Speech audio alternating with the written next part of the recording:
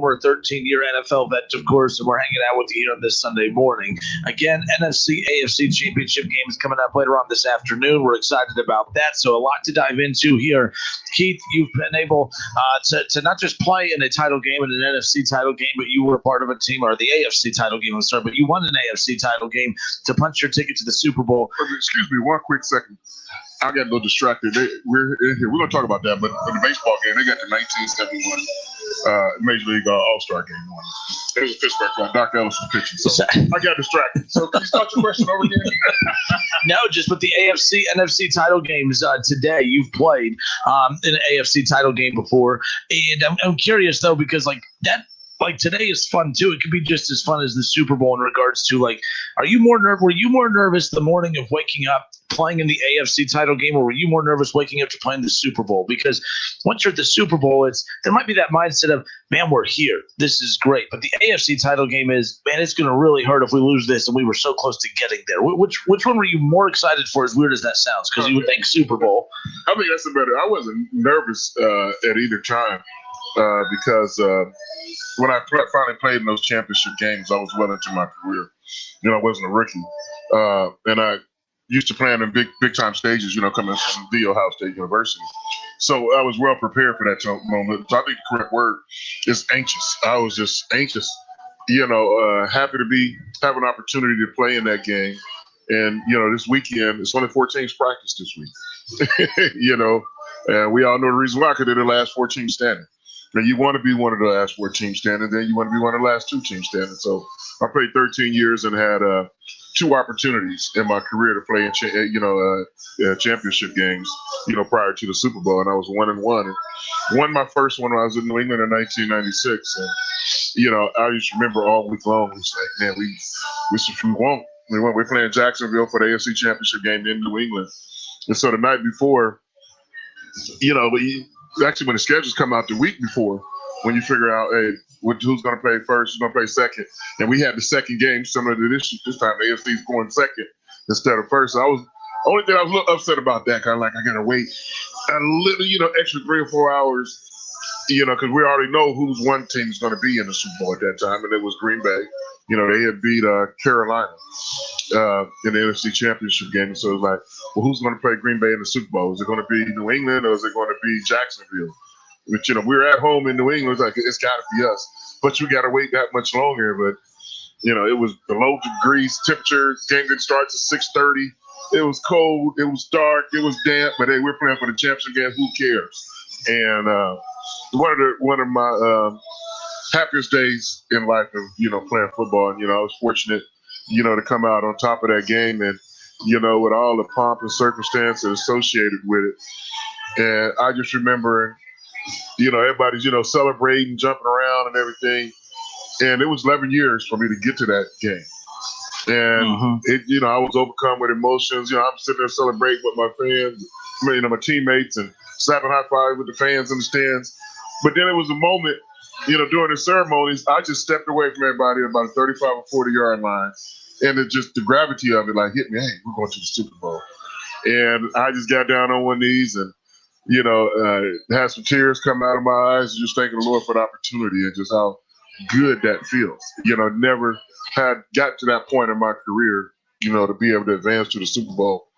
So, that was, really, really high.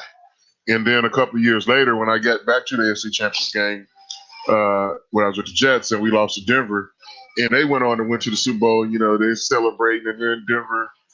And it was just like a fall, to me, because, that was my last, game as a player.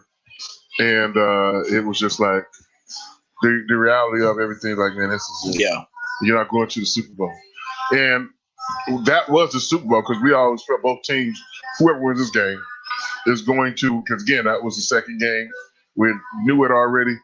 Minnesota had lost to Atlanta, where they had, Ray Moss, Chris Carter, and all those guys running to him. And we was like, this is whoever wins this game going to win. We're going to smash Atlanta. And it was in Miami. And so I was like, oh, just come so close. You can see the ring.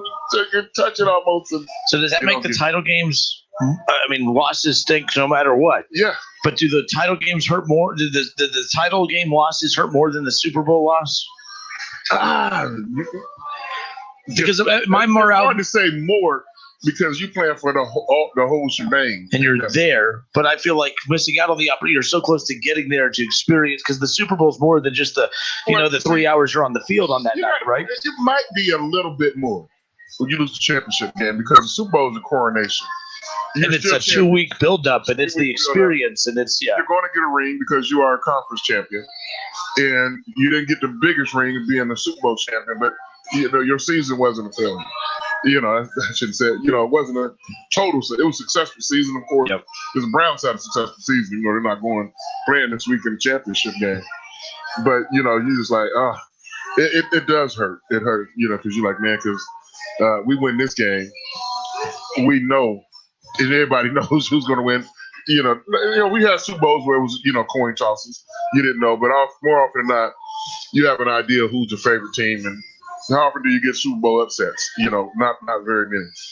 All right. Well, you have today's NFC title game, the Packers and the Bucks, and then the AFC, you got the Bills and the Chiefs, and Patrick Mahomes will play today, of course, so that, I'm happy about that, even though it pains me that they knocked out the Browns last week. If you're going to watch an AFC, NFC title game, you want everyone to be healthy. You want the stars to play. And let's be honest, the AFC title game wasn't going to be the same without Patrick Mahomes playing, but I'm excited about seeing Josh Allen, too. Yeah, and he's a part of it. I mean, look at the Rams. They said, what if we had a full Chad Henne. Anything's possible. Unreal. Yeah. Yeah, but I'm excited. Yeah, but I agree. I want to see the best, the teams that are healthy or as healthy be out there and play. Because if Pat Mahomes don't play this weekend, and what you would know he is, but if he didn't and Kansas City loses, it'd be that forever what if. But now, he's not going to be 100%, but a lot of people aren't 100% today. But you're playing for the championship, AFC championship, NFC championship. Nobody cares. But if Pat Mahomes is going to be out there, he's going to be held responsible. And hey, if they lose, at least you went out with your top gun, in there, and you can accept the results. NFC title game, you have the Bucks, who are looking to become the first team ever to host a Super Bowl. And, of course, they have their hands full with Aaron Rodgers and the Packers. That's coming up later on this afternoon as well. We'll get to our picks around the corner. But Brandon Williams is in the studio at 4-5. Give him a call at 457-9464. He will take your calls and get you in line. We're also live on Facebook. Head to Facebook, search ESPN Dayton. I know it's not the Justin Kinner Show, but the Justin Kinner Show Facebook page is also carrying the Sunday morning Tailgate Show feed, so you can interact with us that way. By the way, this is a message for you, Keith. Watch me chicken. Yep, that's why Mark Slummer said, easy on that chicken soup, KB. So. Mark, it's good. Exactly. It's better when it's warm. I don't want it to get cold. But again, we got a lot to get into. Of course, we're going to look back at not look back, but last week we talked about Urban Meyer heading to the Jags. What's next as far as that goes? Deshaun Watson wants out of Houston. What should the Texans do in that situation? And last week we discussed it. If you're the Jaguars and you have that number 1 overall pick, and you take Trevor Lawrence, you take Justin Fields, whoever your quarterback is. Obviously, the favorite is Trevor Lawrence. But I am curious. Why are people so against them taking that number 1 pick and trading it for a sure thing? And Deshaun Watson. I look at Deshaun Watson as a guy, you know exactly what you're going to get. You know that the second he steps foot on the field, you're not waiting to develop him. It's just about putting the pieces around him to be successful, something that Houston has failed to do. But a lot of people keep right away, don't trade him in your division. Well, for one, you're Houston. You have no leverage here. Your star quarterback wants out. And it's a double-edged sword. If you trade him, you're going to be known as the organization that traded away one of the top quarterbacks in the league. And if you keep him, you've given him such a big contract, and you have such other bad contracts that you're not able to dig yourself out of it. You're not going to be able to put good enough pieces around him because you can't afford it. One way or another, they're going to have to make a decision that's going to make them look bad. Keeping Deshaun doesn't help the organization in regards to they don't have the resources to put pieces around him. No coach wants to go there because they don't know if there's even going to be a quarterback or not. So if you're Houston, the best case scenario is do everything you can to trade for that number 1 overall pick. You get a Trevor Lawrence, and it's a quarterback for quarterback swap at that point. I'm surprised at how much pushback I got on that suggestion this week. Well, I think the reason why you're getting, some pushback is because Jacksonville, they're going for a total restart. So they want to grow with this new quarterback, whoever it is, Justin Fields, Lawrence, Trevor Lawrence. They want to bring in, just want to change the total culture of it. And I'm not by no means suggesting or insinuating that Deshaun Watson is coming in with an attitude or anything else, but you just want a total restart from the grassroots. You're not expected to win. Deshaun wants to win right now. So don't bring him in there. I don't think that's the best move. Deshaun probably wouldn't want to go there either. Like, man, I'm already starting over when I came here. I came in as a raw rookie into Houston. We didn't have much when I got here. We made the playoffs a couple of times. I've been injured, but I'm going into year 5. I'm too old at this point to start over. I'm ready to start winning, being, like I did at Clemson, being on the big stage, and I want to get there as quickly as possible. And I get it. I mean, I hated losing my first year. That 5-10-1 season, I hated it. Like, man, gosh, it took me to year 3 to get to the playoffs. And, would have been in the second year if it wasn't for the strike. But once you get that taste of success and of being in the playoffs, and Deshaun is at it, you won't settle for anything less. It's like, no.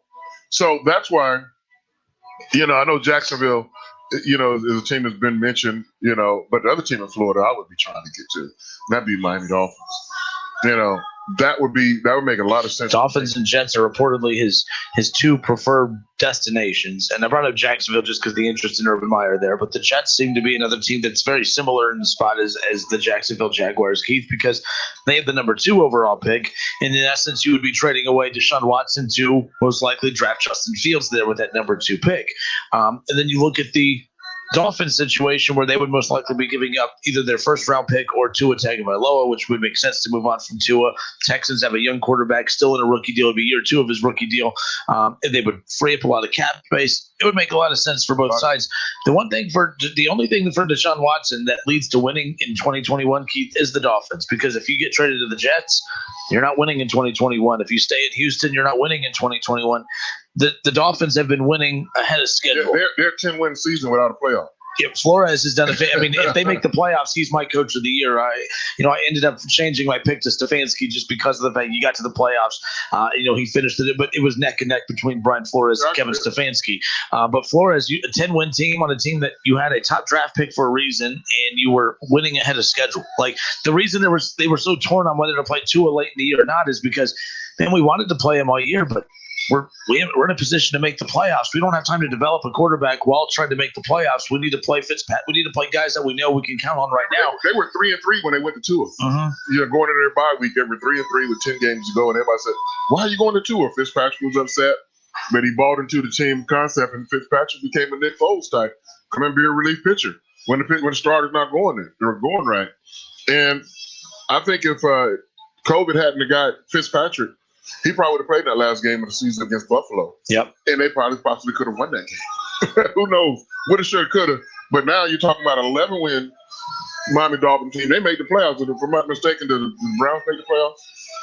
Well, who would have missed out in the playoffs if the Dolphins won? It was kind of looking. It would have probably been the Browns. It would have probably been if the Browns didn't beat they beat Pittsburgh 27-25 or 22-20. It was by 2. They would have been out. They would have been out, and it would have been one way. It would have been either or as far as that goes. So no, it's one of those where the best case scenario for Deshaun Watson is ending up with the Dolphins. The Dolphins makes the most sense for him. But when you look at the big picture, so let's look at Jacksonville too, who has that number 1 overall pick. They take Trevor Lawrence. You still have $70 million cap space. You have a young roster. Urban's not expected to win right away, but I asked this earlier. We had different NFL guests on throughout the week, Keith, and I asked him, I keep saying Urban Meyer's going to work in Jacksonville. Is it going to work in Jacksonville? What does that mean? Is it going to work in Jacksonville? Is it going to work in Jacksonville mean is he going to win a Super Bowl in Jacksonville? Does it just mean that he's going to get them to 9 to 10 wins, seasons in Jacksonville? Is it just about making the play? What does it mean by is it going to work in Jacksonville? I guess. And when you hear that, what is making it work in Jacksonville mean for Urban Meyer? Being successful. What does being successful mean for everybody?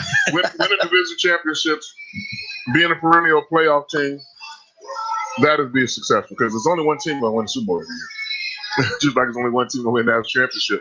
But you can win championships prior to the national championship. You can win your conference, you're college, you're the Big Ten champion, the SEC champion, and it comes down to you're one of the 4 teams. But in professional football, you continue to win your division and give yourself chances at Super Bowls. I mean, look at me time the Patriots. This is their first time out of the playoffs since what, 2008?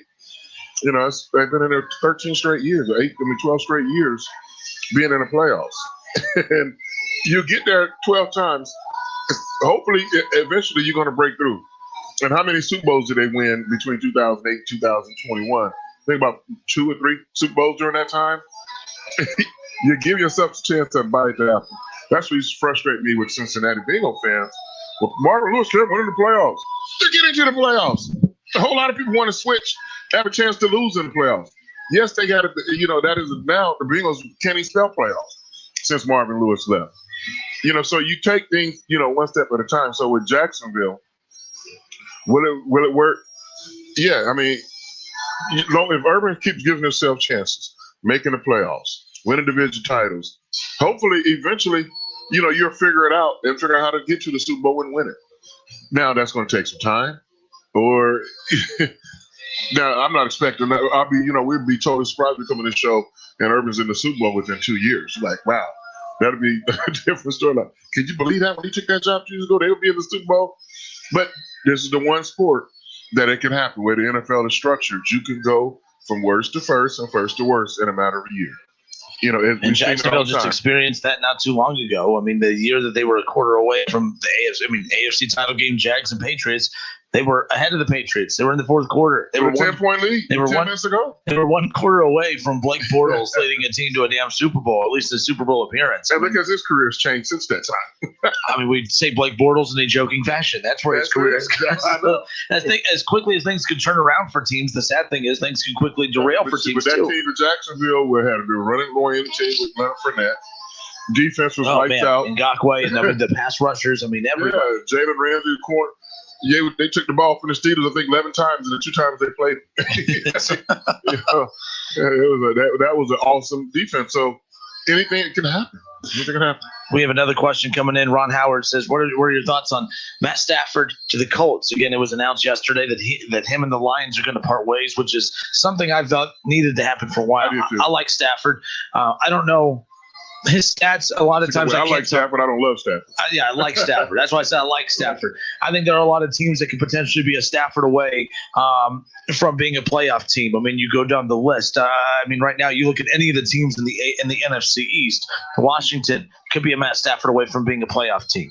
They were a playoff team, but a real playoff team, like not being a 6-win team, 7-win team making the playoffs. You put Matt Stafford in at Washington with the run game they have, with the weapons that they have on the defensive side. I think that Washington could be interesting. I'm not going to say the Eagles right now, just because I don't need to add a third quarterback into their little love fest that they have going on with Jalen Hurts, and what they have going on there with Wentz. But the Bears. Would Matt Stafford with the Bears make sense? What about Matt Stafford with the Colts? Where do you see Matt Stafford fitting in that could make a lot of sense?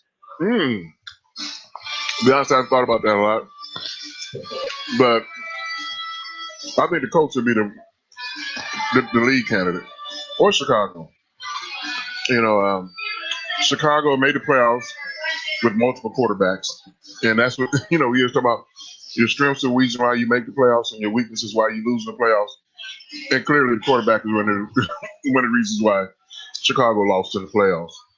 But Matthew Stafford, I guess I'm not in love with him. He's a guy. Where is he at in the big games? And I don't just go by stats. Look at the bottom lines when you're down by 15 or 20 points, and teams are playing soft, and you're putting up numbers. I think he's an overrated guy. He gets a lot of love because nobody pays attention to Detroit, and that's a sports town. And he gets overlooked for the good and bad reasons. If he played in a bigger market, he would be under the microscope a lot more and be scrutinized. If he played in Philadelphia, he would get the Carson Wentz treatment. He's like, man, they're really looking closer than all my positives and negatives. In Michigan and Detroit, a lot of that stuff gets overlooked, and nobody expects anything out of him, and you don't really get a lot out of him. He was the number 1 overall pick, 11 years ago? And I'm just really, not that impressed. So somebody could put him in the right situation and he could be successful. And he's been successful in this league. I mean, when they had Caldwell, when Caldwell was the coach, they playoff team was 9-7. They had some success. I think 10-5, 10-6 one year. So he has some success. But at what point is time to turn the page and go to the next level? I mean, who's had a better career, Matthew Stafford or Matt Ryan? Matt Ryan will at least have the Hall of Fame. He's led the team to a Super Bowl, win a lot of games. Yeah. And he's really. What did I say? I say Hall of Fame. He won an MVP. Sorry, I was reading that. The reason I said Hall of Fame is because Keith Tolliver said valid points by the Hall of Famer. So I was reading that as I said. So no, he has an MVP and he's been to a Super Bowl. Sorry, but yeah, continue. Right. I mean, and he's had success in the playoffs. He's been to two NFC Championship games. Matthew Stafford, how many playoff appearances does he have in 11 years? Well, maybe 2 or 3. Here's where plus. Matthew Stafford, his toughness, he's missed a lot of games as of late, but up until this past year, doesn't miss a lot of games. But did you know, Keith, well, this is a good question to ask you, and I think I already know where we're going to go. How important's a run game for a team to win? If you want to win the Super Bowl, you're going to have one. If you want to have deep success in the playoffs, you need to have one. The Detroit Lions are the only team in the National Football League that have only had one season with a 1,000-yard rusher. This past decade.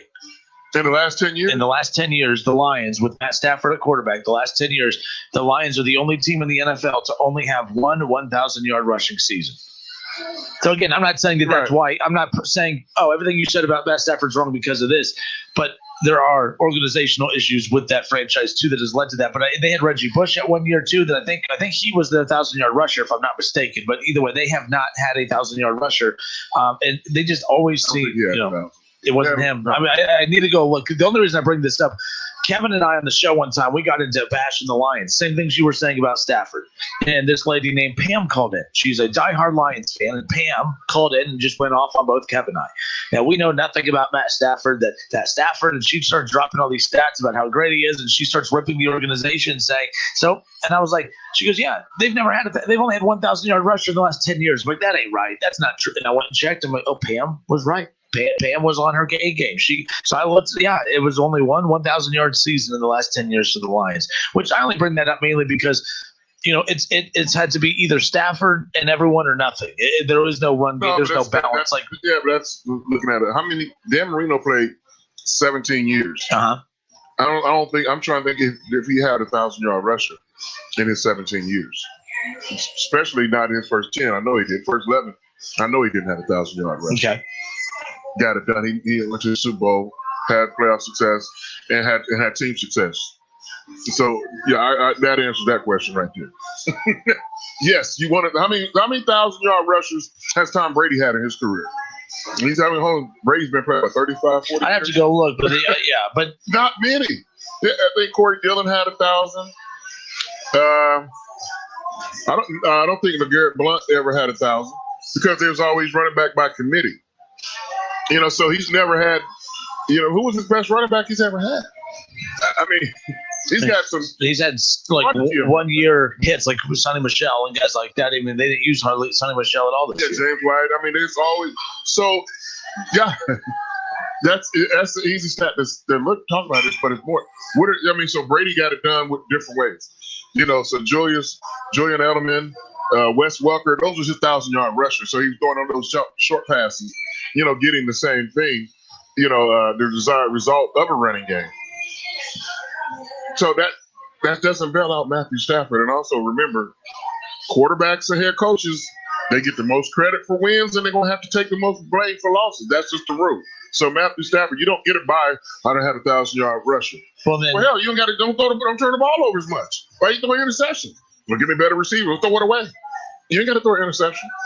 So he played with Hall of Fame top receiver with Megatron a lot of years in his career. So no. The other teams I think are interesting to look at when it comes to Stafford. You could look at the Saints. I know the Saints have Jameis Winston. They signed Jameis to 1 year, so I'm curious. Are they gonna bring him back? Drew Brees. Not coming back next year. There's another one. How many 1,000-yard rushers Drew Brees had in his career? I mean, he has Kamara. I mean, they've had in his career. I mean, I don't have those numbers right in front of me, but I mean, it's rare to find a team that doesn't have a 1,000-yard back. Did Mark Ingram have 1,000 yards in New Orleans? I'm not sure. Like I said, I don't have those numbers in front of me. I just know that stat about the Lions, but they're the only team in the last decade to have a 1,000-yard rusher. But, I think that goes hand in hand too. But so you look at, the Saints can make a lot of sense. What about the Rams? There are a lot of teams that Stafford makes sense for that I think he provides that big playmaking ability. They're golf already. Regardless of your opinion on Goff's talent, there's a lot of reports coming up that Goff and the magical offensive wonder himself, Sean McVay, are butting heads, and that what was the headline last week? $130 million. I think they're gonna figure it out. Marriage counseling is what the two need, because apparently they were butting heads everything towards the end of the season. So we'll see. But there are a lot of teams that I think you look at. The Vikings have Cousins, so they're set. But the Bears make a lot of sense right now. I think Denver, if you're overlooked.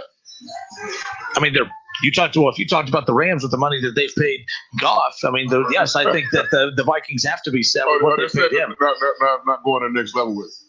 Oh no, they're not going to the next level with him. I'm not a Cousins guy, but you brought up the contract, for the Rams and Goff. That's why I'm looking at Minnesota. I'm not saying that they're pleased with who they have at quarterback, but they're financially committed to him one way or another. So there's that. Schlummer has another question for you. Soon I got to pull this back up real quick. Computer's acting slow. Mark Schlummer says, KB, what are your thoughts on the Bengals bringing in Wade Phillips as a D coordinator, and your thoughts on the team having two defensive or offensive coordinators? Isn't having two like having one? We see it a lot in college, and I think colleges get away with it more than the pros. But yes, we're seeing it in the pros where there's multiple defensive coordinators, multiple offensive coordinators. That's strange to me. But yeah, so one more time, Schlummer wants to know your thoughts on the Bengals bringing in Wade Phillips. As Wade Phillips, as a D coordinator. Wade ain't no defense coordinator, though, but he gets a lot of credit for it. Give him some talent. Wade looks a whole lot better, like a whole lot of offensive and defensive coordinators. But I think Wade wouldn't be a bad choice. At least he knows what he's doing. So I would like that. I like Wade personally, so it's more of a personal answer than a business answer. So he wouldn't be bad. Wade has been around the game long enough. He grew up in the game. Which, people don't know. A lot of people forgotten his father's Bum Phillips, coached the Houston Oilers with Earl Campbell and those guys. They battled the steel curtain. So he's been around since he was a kid. And he's learned a lot. He's been around Buddy Ryan. He was our defense coordinator when I came into the NFL. In Philadelphia with Buddy Ryan, so he understands it, and he would be he's one of those old guys. He ain't ready to retire, even though he's coming out of retirement, so he ain't going nowhere. So if they hire him, I think it wouldn't be a bad. It would at least they have an older voice and a more mature voice in the room, to help Zach Taylor out since they don't want to fire Zach for whatever reason why. So I think you definitely need to surround Zach with people that can help elevate his game as a coach, help grow him up. Well, what was interesting is a year ago, and I just pulled up this report to clarify, because Schlemmer and I were still doing the show together, and I remember us having this conversation about there was this article that came out that said, report, and I have it right here in front of me, it's from Sports Illustrated, the Browns are set to hire Wade Phillips as defensive coordinator, Andrew Berry as general manager. They ended up ultimately hiring Andrew Berry as general manager, which he's done a fantastic job. But the Browns ultimately never hired Wade Phillips. And I was super pumped as a Browns fan when there was talks of them hiring Wade Phillips as defensive coordinator, because I was like, that's, I think they need to, you have a great offensive mind as Stefanski. I think you can complement it perfectly, with Wade Phillips. I think that's a good little mesh of strong-willed individuals on both sides of the ball. The Bengals definitely need that. The Bengals need that more than the Browns do. The Browns need an uptick in defense, that's for dang sure. But the Bengals need some kind of older veteran presence in that locker room that has had success. So, Schlemmer asking that, it's a good question. They need to go after guys who are credible and has had some success. The reason they can't, though, is because Zach Taylor has no connections in the league. That was made obvious last year when they hired him, or 2 years ago. They said he doesn't have a lot of connections in the league, so he struggled putting his staff together. I'm like, well, then why is he your head coach? Excuse me. No, you're good. You're good. I tell you what. Go ahead. No, we're going to step away for a few minutes. That way, we'll come back on the other side. We'll pick up with this conversation as far as what the Bengals have to do next. There's reports, too, about what the Cincinnati Bengals plan on doing this offseason. We shouldn't even have to talk about it. I think the answer should be obvious, but, of course, the Bengals make things a little bit more interesting than they have to be. What about the Browns as far as what they have to do to get better? And the Buckeyes, man, We knew the key pieces were going to leave, but how about the key pieces that are returning? We're going to get to all of that as well as give you our picks and preview more of the NFC AFC title game. More of our Sunday morning tailgate show live here from Frickers on 741 when we come back. Fever is a leading symptom of the coronavirus, so take your temperature twice a day with the Exergen Temporal Scanner. It's quick and easy to use, and its accuracy is backed by more than 80 clinical studies. Have your family start and end their day with the only home thermometer used and recommended by hospitals, doctors, and nurses. Your family can take their temperatures in seconds to know where they stand in the fight against COVID-19. Protect your family from the spread of this deadly disease and stay safe with Exergen. The Montgomery County Veterans Service Commission is here to assist veterans during this COVID-19 pandemic. Even though we are not meeting face-to-face, we are here for you. We understand it is a difficult time with this virus threat and the strain of implementing social distancing. For those Montgomery County veterans who have lost their source of income due to their employers having to close or reduce their business hours due to the COVID-19 pandemic, you may be eligible for COVID-19 special financial relief assistance. Please contact the Montgomery County Veterans Service Commission at 937-225-4801 Monday through Friday for more information or to have an application sent to you. You can also visit mcvsc.org. The Montgomery County Veterans Service Commission is here to help Montgomery County veterans during the COVID-19 crisis. Call 937-225-4801 Monday through Friday or visit them online at mcvsc.org. Find your style with Patriot Lighting from Menards. We carry a great selection of interior lighting products. Check out the Leaf Island line. Its stylish design will add a modern touch to any kitchen with its satin nickel frame and graphite accents. Just $149.99. The Brooklyn Island light comes with vintage style bulbs and has an industrial feel. Right now it's only $189.99. Save on everything to update your home now at Menards. Price is good through Sunday, January 31st. Save big money at Menards. Excuse me, I know you have a 9 o'clock, so I'll keep this short. I'm the business suit in the back of your closet. You wore me nearly every day before your office went, quote, casual. I used to be the CEO of your closet. Now I'm just that one intern no one ever talks to. I always thought you'd circle back with me, get granular, keep me in the pipeline. But nada, nothing. Don't you remember the McKittrick presentation? You spilled coffee on me, and I still looked amazing during the breakout talkback Q&A. So I think it's time for me to move on. I've got a great resume, and I absolutely crush it in interviews, okay? Let's make this a clean break. Shift the paradigm. The only thing I ask is that you think outside the box here and do this. Take me to Goodwill, where I can really make a difference. Your donations to Goodwill create new jobs, training programs, and education assistance for people in your community. To find your nearest donation center, go to goodwill.org. Donate stuff. Create jobs. A message from Goodwill and the Ad Council. Did you know that upgrading your speakers can make the biggest difference in the sound of your stereo or home theater system? That's right. Change your speakers and improve your listening experience. Hi, this is Kirby with Audio Etc. And right now, all of our speakers are on sale. Audio Etc. features some of the best brands in the world, including Byars & Wilkins, SVS, Rebel, KLH, Martin Logan, and Bose. Audio Etc. is also proud to have been selected as one of 60 Klipsch dealers in the nation to carry the Klipsch legendary heritage lineup.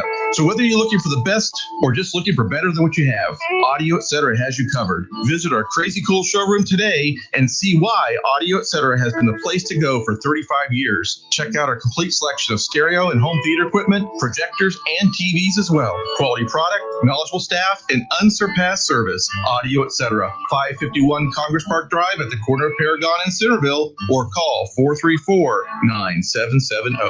Audio Etc's crazy cool showroom. Those big wireless companies try to lure you in with a new phone just to lock you into a contract. Not Simple Mobile. If you have a great smartphone you love, you can get a powerful nationwide 5G network without the contract. Just text the word BYOP to 611611 to see if your phone's compatible. Simple Mobile. Out with the old, in with the simple. Message and data rates may apply. Visit simplemobile.com/privacy policy for privacy policy and the terms and conditions of simplemobile.com/terms and conditions. Compatible 5G capable device and SIM required. Actual availability, coverage, and speed may vary. 5G network not available in all areas. 5G upload speeds not yet available. The thing about comparing rates at Progressive.com is that by now you've heard a lot of ads about comparing rates at Progressive. Progressive.com. We probably don't even need the words comparing rates anymore to remind you that seasoning steaks at Progressive.com is an easy way to save on car insurance, or that swimming in trousers helps you find the lowest rate. And that's the thing about foraging for truffles. You've heard a lot of ads about standing tiptoe on a cinder block. Compare rates and sing softly to a wounded field mouse and save at Progressive.com. Progressive Casualty Insurance Company and affiliates. Comparison rates not available in all states or situations. I'm Terry Krupp of Laird's Tax and Accounting. We are excited to announce we are open and here to help with your tax preparation needs.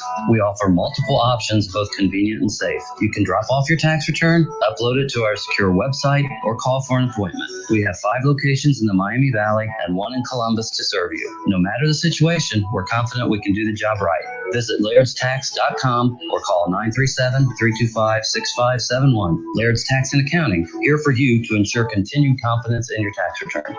If you need new roofing, siding, or gutters, skylights, or patio enclosures, if you're a homeowner or business and need someone you can trust, don't take a chance. Enhance with Lance. Lance Roofing and Siding in Fairborn has been satisfying customers since 1993 and hold an A+ rating with the Better Business Bureau. Lance Roofing and Siding, 8460 Dayton Springfield Road in Fairborn. Call for a free estimate at 864-2722. That's 864-2722. Or online at lanceroofing.com. All sports. All the time. Right here on 1410 ESPN Radio. 1, 2, 3. WING 1410 Dayton. Dayton's ESPN Radio.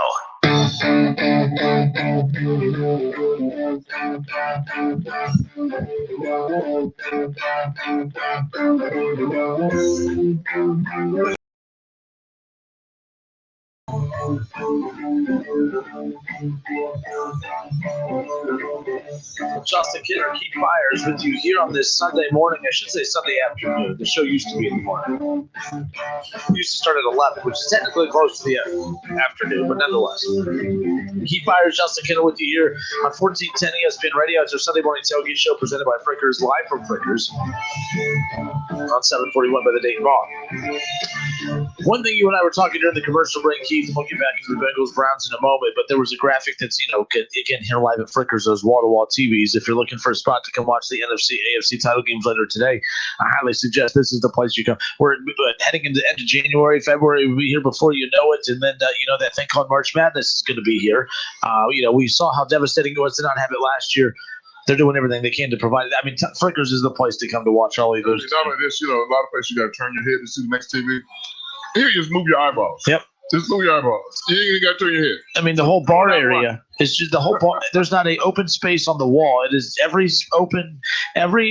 piece of, every part of the wall is covered by a TV. Yeah. Like, it's unbelievable. So there's plenty of options and plenty of games. Absolutely. Watching MLB Network. We're watching college basketball right now.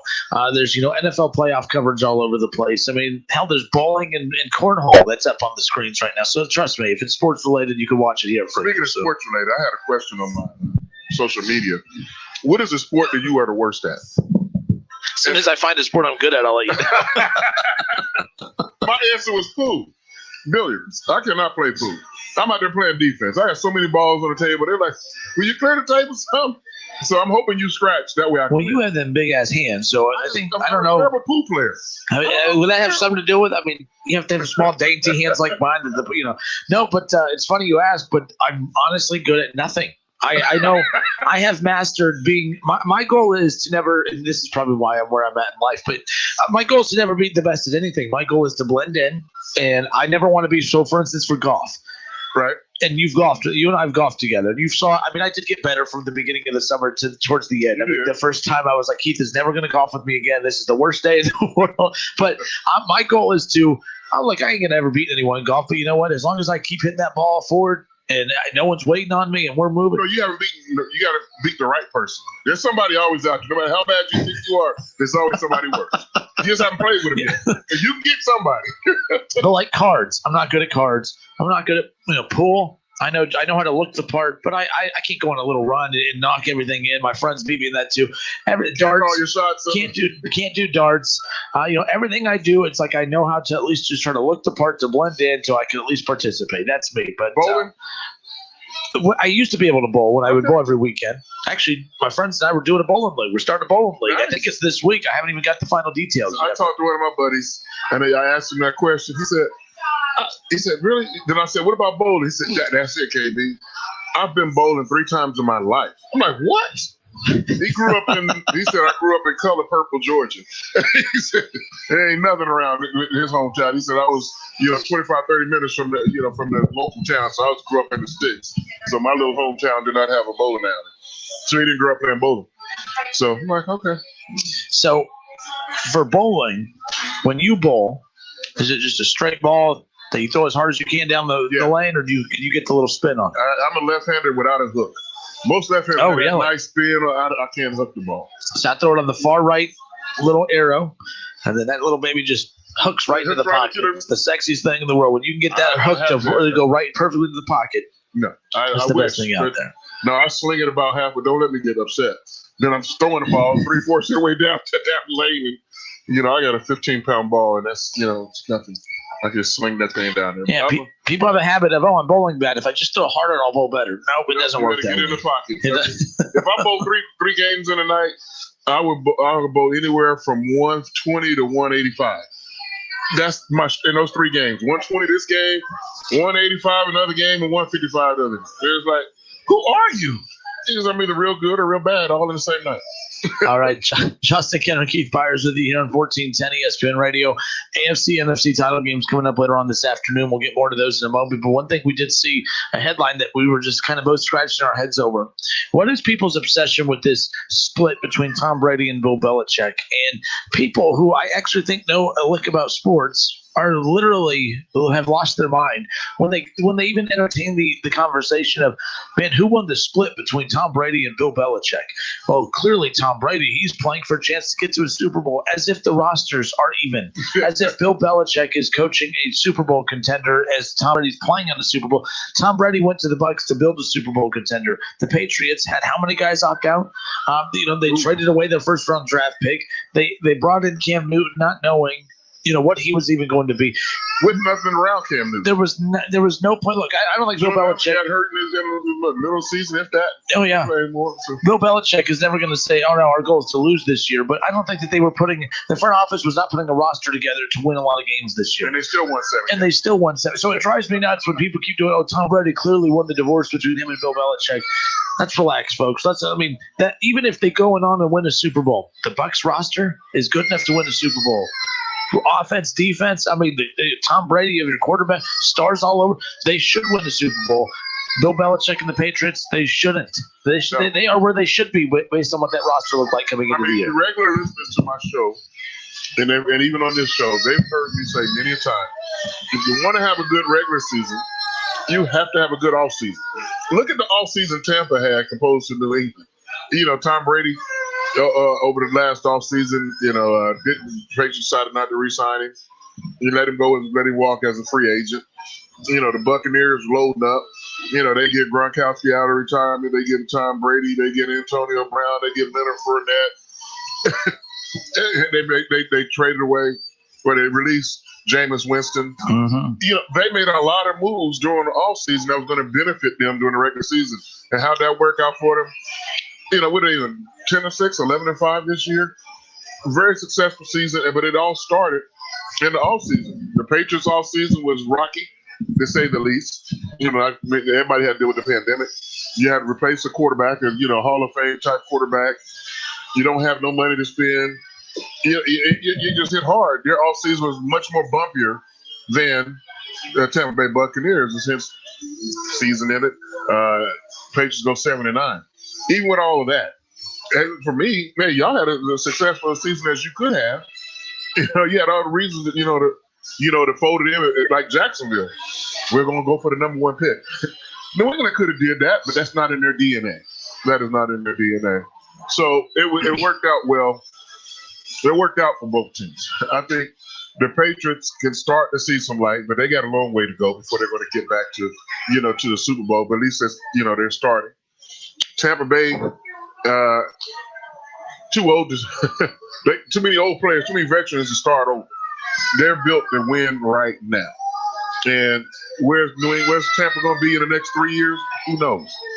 But they're going all in with this older unit now, saying right now. And if they come away with the Super Bowl, to them, it's going to be worth it. And they're like, hey, we'll deal with the bad contracts and the low cap space. We'll deal with all that later on. But if we come out with the Super Bowl, our fans have to say, yeah, well, they went all in. It'll be similar to the Marlins in baseball when they, sold their both times. Both times. To win the World Series. But we win the World Series, and now we're, worst to first to worst. But it was worth it. Yeah, we won the World Series. It was worth it. And so if Tampa wins it all, and they're very well capable of doing it, it would be worth it. If they win the Super Bowl and then within 2 years be what they were last time they won a Super Bowl, a laughing stock. John Gruden. Exactly. And the thing is, too, Tom Brady, the one thing about Tom Brady that's been interesting this year, Keith, is people thought he was going to go over to the Bucs just to manage the offense and to let the run game take over. He threw for more. He had more pass attempts, more completions, more touchdowns, higher completion percentage. His numbers were through the roof. The only other quarterbacks that threw more than he did, I believe, was Patrick Mahomes and Ben Roethlisberger. I mean, Tom Brady, they were not trying to minimize his usage. They were not trying to use him in limited situations. Tom Brady is arguably, his numbers are better this year than his MVP that he won a few years ago. Tom Brady's not slowing down. He's having a great season, and it is weird to see. I mean, we're watching other quarterbacks break down as they get older. Big Ben just looks, like a shell of himself. Drew Brees did not look like Drew Brees. I mean, he's slowly declined as he's gotten older. Tom Brady's only getting better as he gets older. I mean, we're seeing it with LeBron in the NBA. Tom Brady's doing it in the NFL. There's only one in every league, and it's LeBron in the NBA. It's Tom Brady here. Baseball's too young right now, by the way. Baseball's too young to have one right now. But it is crazy to me. I'm not a Buccaneers fan, but it does. If you're a fan of the game, watching what Tom Brady's doing is just unbelievable right now. Oh, I mean, I think so. I always say there is no GOAT quarterback that ever played in the National Football League. But when Tom Brady's done playing, he may make me rethink that. I'm not going to say I'm going to rethink, but I may not agree. But right now, there is no greatest of all time quarterback. It's Keith Byars saying that in 2021. I've said it. You've consistently said it, in the years of doing the show. When Tom Brady retires, I'll take a deeper look at his whole career and reevaluate it. Because if he gets to the Super Bowl this year and win it, and with the cast of characters that he's had throughout his career, and the one thing that's consistent is Tom Brady, maybe. But I'm not going to say that because I don't, But I'll definitely, I'm going to relook at his career anyway whenever it's all over and give a final assessment because he's got it incomplete right now. He's still playing. You can't grade him and the test isn't over with yet. No, yeah. So, but Brady, he's definitely going to be in this short conversation, even with the test not being completed in his career. He's just, he's an all-timer. I mean, and he's a generational talent. Okay, the Buccaneers, the Packers, that's 3:05 to kickoff. That's the NFC title game. And then the other quarterback in that matchup, too, of course, was Aaron Rodgers. Aaron Rodgers, it seems like he has the coach finally that they're on the same page. I remember years ago thinking the Packers were ridiculous moving on, from McCarthy. I'm like, he won you a Super Bowl. Aaron Rodgers is being a diva. I mean, you can't always just say the players are right just because you give them the most money and then you can't let them run the team. That's why a coach and a GM is that. But it's starting to look like the same issues that plagued the Packers over the years in the downfall there is what's hurting the Cowboys now. McCarthy just not being able to control a locker room. All of a sudden, LaFleur comes in and wasn't a fan of it at the beginning, but him and Aaron Rodgers, they've clicked. The offense is clicking, and Aaron Rodgers is potentially an MVP again this year. This quarterback matchup's fun. Tom Brady versus Aaron Rodgers. Your thoughts on Aaron Rodgers and how he played this year? I'm not a Packers fan, but man, it's hard. Even if you're not a Packers fan, it's hard to watch a game and say, man, this guy's good. Like, no doubt about it. No, I mean, no question. I mean, Aaron Rodgers is a bad man, way Stephen A. likes to refer to him. You forgot some A's, yeah. Yes, exactly. I mean, Aaron is, he is what they say he is. He's a great quarterback. But I guess if Pam from Detroit, the Detroit Lions fan was listed today, what does Aaron Rodgers have the best of his career is running it. They are the most balanced team, Tampa's second. It left in these playoffs, the run pass balances is awesome. They got a 3-headed running back, and all three of those guys bring something different to the game, and they all three run hard, and they're very successful. They can beat you up on a 6-7 minute drive and eat up a lot of clock and get a touchdown out of it without Aaron Rodgers completing the pass over 10 yards. That's how they can matriculate the ball down the field. And that just adds, because you're always scared of, is Aaron Rodgers going deep? Is Aaron Rodgers doing it? Because he's an accurate passer. Yep. But you give him a running game, which they have given him. Now the greatness of Aaron gets to be even more magnified under those situations. And that's, something like you said, Brady threw for more yards than he has in years, simply because he has a running game. You have to respect the play action. And Brady has always loved the play action pass in his career. And that's how he's able to, get the ball to Wes Welkers and Julian Edelman and Gronkowski, because you have to respect, the running game. So with Aaron Rodgers, if you got to commit an extra man into the box, that means there's one less man in the secondary that Aaron Rodgers can exploit, and that's been the secret to their success all season. Yeah, you talk about the run game for the Packers. Aaron Jones, 201 carries on the season for 1,100 yards and 9 touchdowns, and that's just the run game weapon that Aaron Rodgers has. But he also has arguably the best receiver in the game, in Davante Adams, who I'm a big Davante Adams fan because I have him on my fantasy team. Hey, don't forget about me. I don't have him on my fantasy team. When I get him on my fantasy team, I'll give him a little more love. What about me? But Davante Adams, 115 receptions this year for 1,300 yards and 18 touchdowns. Woo, 18. That's a lot. By the way, that's a high number for a receiver. That's really high for a receiver. so Davante Adams had himself a season, but the Bucs and the Packers going head-to-head coming up later on this afternoon. Aaron Rodgers, Aaron Jones, Davante Adams, Tom Brady and company, and the Buccaneers. The Buccaneers looking to punch their ticket to the Super Bowl and be the first team to ever host a Super Bowl. I tried to do it one year. I was going to say you were. 94. That's the year I blew my knee out. And we had the Chargers on the ropes. And we let them off the hook. They are who we thought they were. Who they thought they went on to play to the San Francisco 49ers in that Super Bowl. I want to say Super Bowl 32, Super Bowl 29 or 30, something like that. All right, when we come back, we'll take a look at the Bills-Chiefs matchup. We got some Ohio State talk coming up around the corner. Justin Kinner, Keith Byars, live from Frickers on 741 by the Dayton Mall. More coming up next. Excuse me. I know you have a 9 o'clock, so I'll keep this short. I'm the business suit in the back of your closet.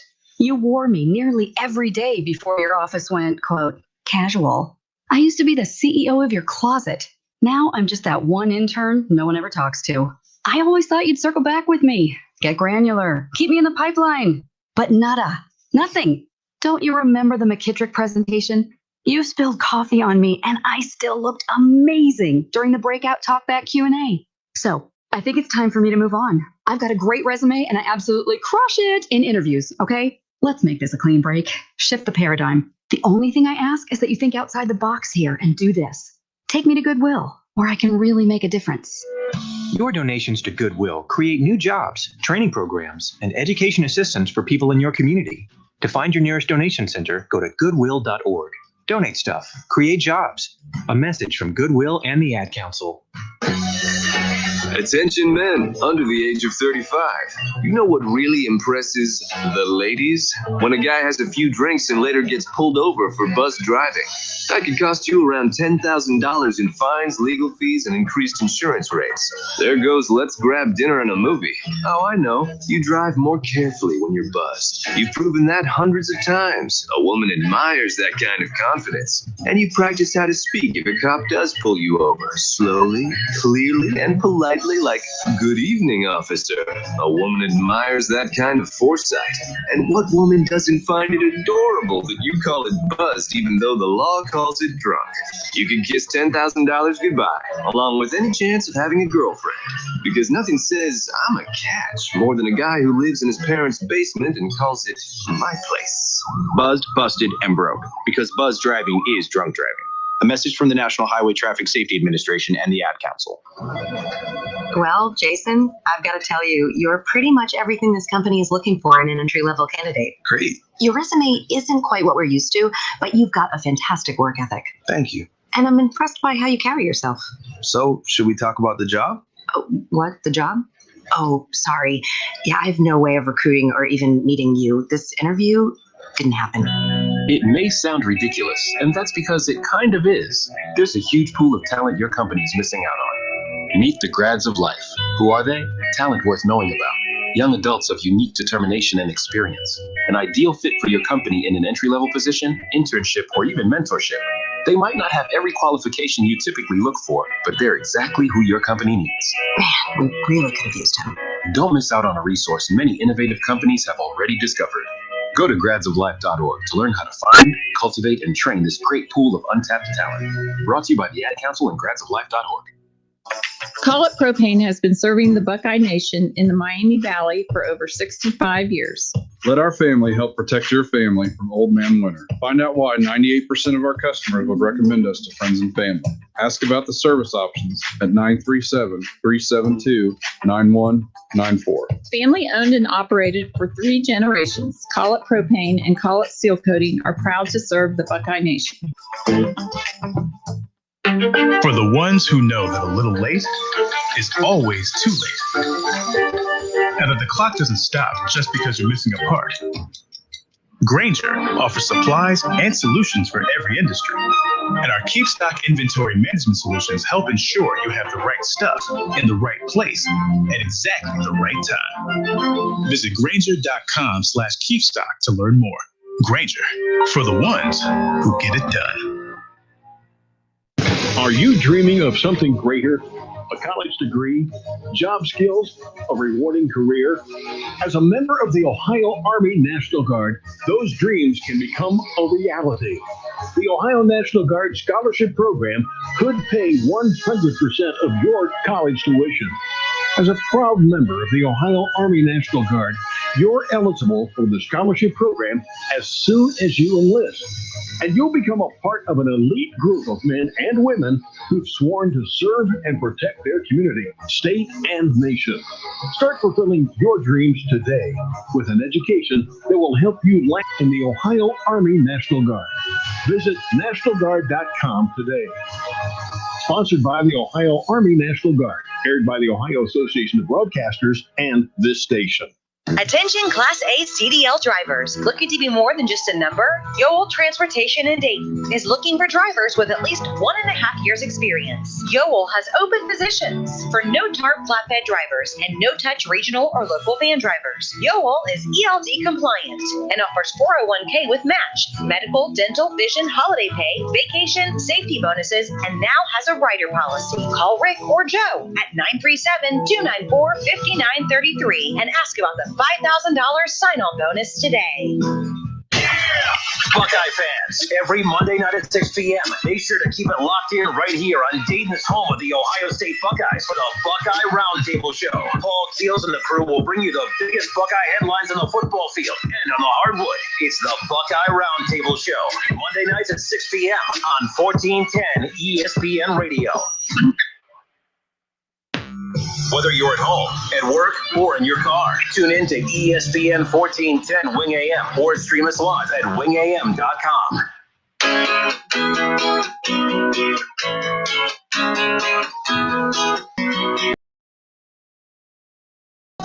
Sometimes I get a good feeling. Yeah. All right, Justin Kenner, Keith Byars back with you here on this Sunday morning. We are live at Frickers on 741 by the Dayton Mall. We both had our lunch. Keith had his chicken noodle soup, of course, and your potato skins with extra sour cream. And I got my traditional breaded wings. So that's what I get every Sunday morning, or should say Sunday morning, or Sunday afternoon. We do the Sunday morning tailgate show. We're going to be with you every Sunday morning up to the Super Bowl. Of course, one thing you talked about during the break is I don't know if the league's making a mistake by still having the 2-week gap between the AFC, NFC title game and the Super Bowl. I know in a normal year, that's that extra week to build it up. There's a lot of, the media day and everything that goes on. And, that's what makes the Super Bowl, that extra effort that goes into building it up. But you would think with a year like this, Keith, NFC, AFC title game today, boom, Super Bowl next week. Count your winnings and go. I think it's a gamble and it's a risk to still have 2 weeks between the title games and the Super Bowl. It could all work out, and most likely will. The NFL has been able to kind of wind through the issues throughout the year. I would just hate that the Super Bowl be impacted by a Tom Brady or Aaron Rodgers or whoever being out. because they caught COVID in the off week between the NFC, AFC title games and the Super Bowl. Wow. Maybe I'm being dramatic, but I'm surprised at their stubbornness to still move forward with the extra off week. I would like to just get the season over with. I don't want to get it over with like I don't like football, but it's like, man, let's get the Super Bowl in. Let's try to do it without any issues. I feel like the extra week is really going to put them in a situation where you're going to leave yourself vulnerable to an outbreak occurring. Well, I think, money. The sponsors spoke, when they schedule it, and they're just going to go with the calendar. Well, I'd be surprised. I mean, well, it would be interesting. The game is not scheduled for 2 weeks from today, and you had an outbreak on both teams or either team. Do you postpone it to the following Sunday? I mean, or would it be how many players? I had no problem. Whatever that magic number would be. Let's just say for giggles, half the roster. Like what happened in New Orleans, they didn't have a running back. They had the whole. So if your running back is contact tracing is out. Your offensive line is out. Your defensive line and your wide receivers on the other team are out. I mean, how would the NFL step in and postpone the Super Bowl a week or a couple of days, or what? What would happen in that scenario? Well, we've seen with the Browns even in the playoffs when during the regular season they move some games around. But even in the playoffs, no head coach.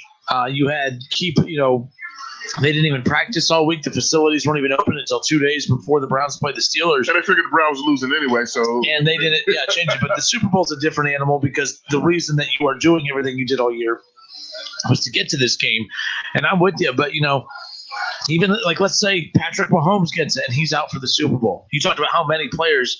It's one player for me. One player too many could really ruin what you built all year. And the last thing we're going to remember is the Super Bowl that Patrick Mahomes couldn't play in because he had COVID-19, or the Super Bowl that could have been Aaron Rodgers against Patrick Mahomes, Tom Brady against Patrick Mahomes in the Super Bowl. Which, by the way, nothing bigger than that. Either Tom Brady or Aaron Rodgers versus Patrick Mahomes is huge. Josh Allen, But if it's Buffalo, they were like, well, you're going to lose. You're going to lose the game anyway. Yep. Same old Bills. So the 5 Super Bowl. So that's what's going to be interesting as far as how they navigate through some of this. But I was very shocked to hear that they were going to keep that 2 week gap. Not here, as if I just figured it out, but I did just kind of put it together technically. But no, regardless, we will be here with you every Sunday afternoon until the Super Bowl. Super Bowl Sunday will be our last morning here, and then of course we'll be right back in the fall. But it's going to be interesting, these AFC, NFC title games. You do have the Bills and the Chiefs later today. Are the Chiefs not overhyped or overrated? That's definitely not what I'm saying. But you being a former player, and who was the team that was the new darling of the league when you were in the league? That players just said, "Oh my gosh, he's good," but enough already. Patrick Mahomes, the league drools over him. Media drools over him. It's warranted, right? I know he's that good, but do you say, okay, enough? There's a lot of good quarterbacks. I mean, the gap between him and Aaron Rodgers this year is not that big. Aaron Rodgers has been just as impressive. Tom Brady's been just as impressive. Are we drooling over Aaron or Patrick Mahomes too much, in your opinion? No.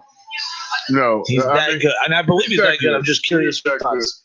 But one of the differences between my day and this day, we didn't have social media. We certainly had all the the media coverage that can handle at that particular time. He's getting what he deserves, as far as the hype. And so they used to have more of a chance to build their brands, and you get to really lock in on the guy. Whereas, during my day, he was in a horrible market, if you will. It'd be tougher. You can still get it, but when you played in the major markets, you had more of an island. So if he'd have played when I was, Kansas City's not a major market. But you make it a major market when you win Super Bowls.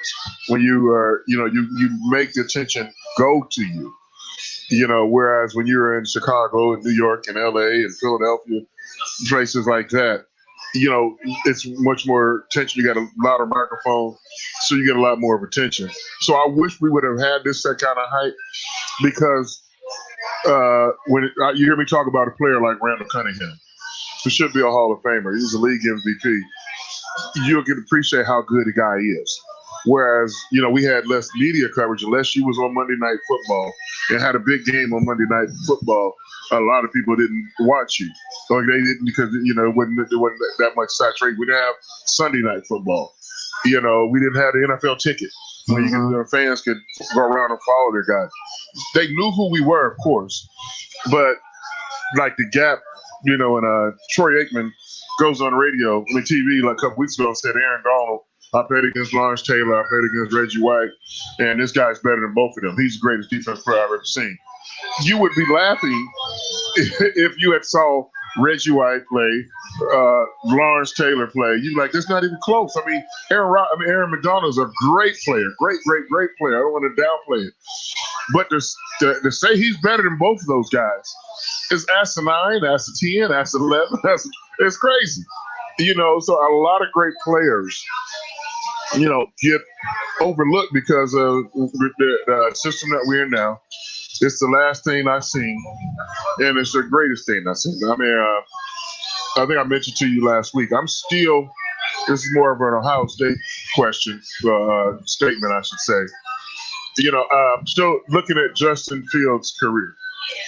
And where do I rate him as Buckeye quarterbacks? Is he one of the top 5 or top 10 quarterbacks ever played at Ohio State? And, you knee-jerk and say, well, of course.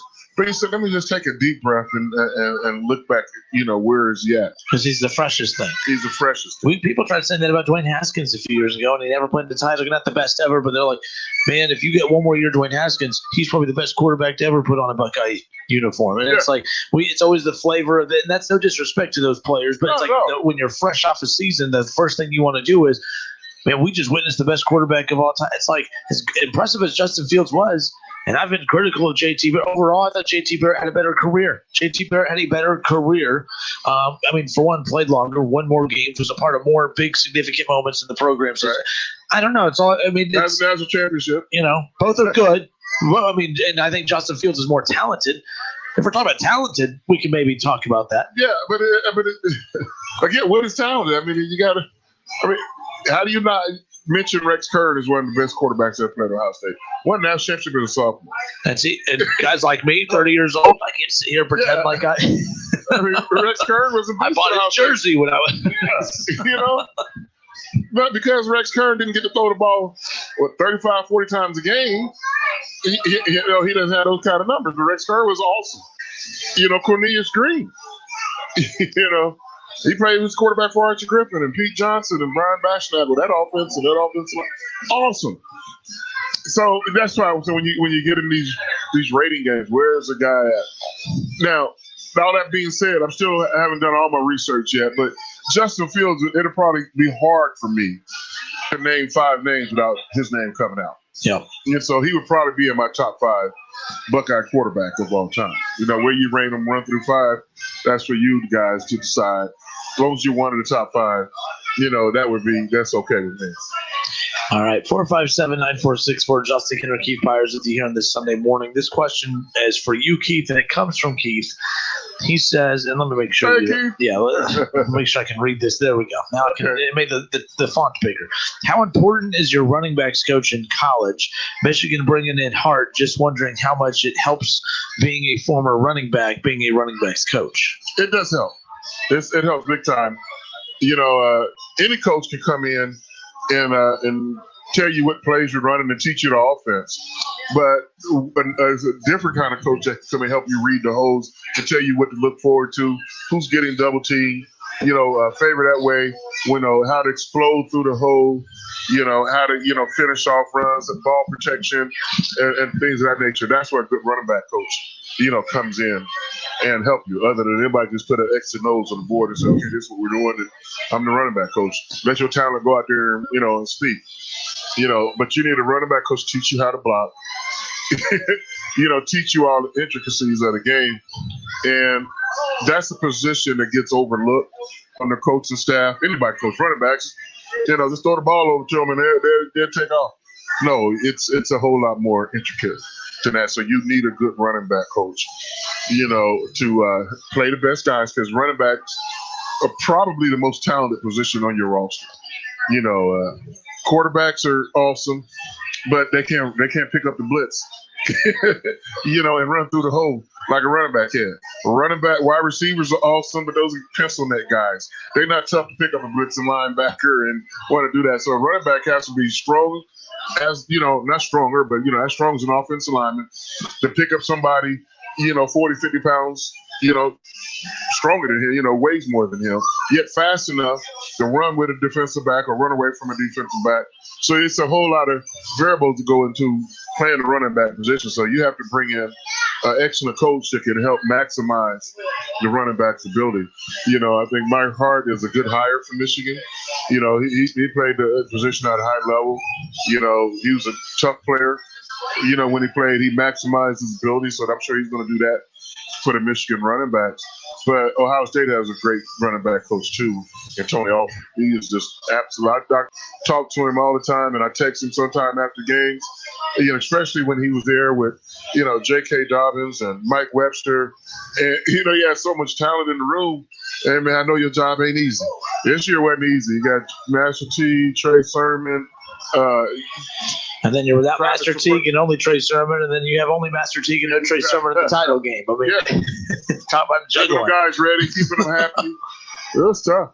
All right, Justin Kittle, Keith Byars with you here again, talking about Ohio State football, and that's what we're going to pick up on the other side of the break, because we knew that Ohio State was going to be losing a lot of key pieces, but how about some of the surprise returns? Chris Olave being one of those. We were talking about how, hey, if you're a team and you can get a good wide receiver late in the draft like a Chris Olave, well, that might have to wait a year. Chris Olave returning to Ohio State, as well as some other key pieces and what that means for the Buckeyes in 2021. If Chris Olave has 1,100 yards total as a receiver next year, he's going to be Ohio State all-time league wide receiver. Now, let's say he gets that. Does that automatically make him the best wide receiver to ever play at Ohio State? Well, because it'll be the most recent season people watch. Yes, it will. All right, we'll be back in a moment. Justin Kittle, Keith Byars, more next. You have empty office space to fill or home office to create. You know what you need. You know what you'd like. But you also have a pretty good idea after you've shopped around the usual places what you need and what you like might not happen. Well, then you haven't been to Charles Lyric's Warehouse Outlet. Nobody has their selection. Nobody has their discounts. And every week there's something new. If you need office furniture, Lyric's Warehouse Outlet can sell it to you for half the price and below manufacturer's selected prices. Half price and below on hundreds of items. Selection from budget to the best. Really, desks from $50 to $5,000. Filing cabinets from $25 to $500. Before you go anywhere else, do yourself a favor and come to Lyric's Warehouse Outlet. With 25,000 square feet of selection, you're not going to go anywhere else. Lyric's Warehouse Outlet at 23 McOil Avenue, Dayton. Open Monday through Friday, 9 to 6. Lyric's, continuing the tradition. Excuse me. I know you have a 9 o'clock, so I'll keep this short. I'm the business suit in the back of your closet. You wore me nearly every day before your office went, quote, casual. I used to be the CEO of your closet. Now I'm just that one intern no one ever talks to. I always thought you'd circle back with me, get granular, keep me in the pipeline. But nada, nothing. Don't you remember the McKittrick presentation? You spilled coffee on me, and I still looked amazing during the breakout talkback Q&A. So I think it's time for me to move on. I've got a great resume, and I absolutely crush it in interviews, okay? Let's make this a clean break. Shift the paradigm. The only thing I ask is that you think outside the box here and do this. Take me to Goodwill, where I can really make a difference. Your donations to Goodwill create new jobs, training programs, and education assistance for people in your community. To find your nearest donation center, go to goodwill.org. Donate stuff. Create jobs. A message from Goodwill and the Ad Council. Attention men under the age of 35. You know what really impresses the ladies? When a guy has a few drinks and later gets pulled over for buzz driving. That could cost you around $10,000 in fines, legal fees, and increased insurance rates. There goes let's grab dinner and a movie. Oh, I know. You drive more carefully when you're buzzed. You've proven that hundreds of times. A woman admires that kind of confidence. And you practiced how to speak if a cop does pull you over. Slowly, clearly, and politely politely like, "Good evening, officer." A woman admires that kind of foresight. And what woman doesn't find it adorable that you call it buzzed even though the law calls it drunk? You can kiss $10,000 goodbye, along with any chance of having a girlfriend. Because nothing says I'm a catch more than a guy who lives in his parents' basement and calls it my place. Buzzed, busted, and broke. Because buzz driving is drunk driving.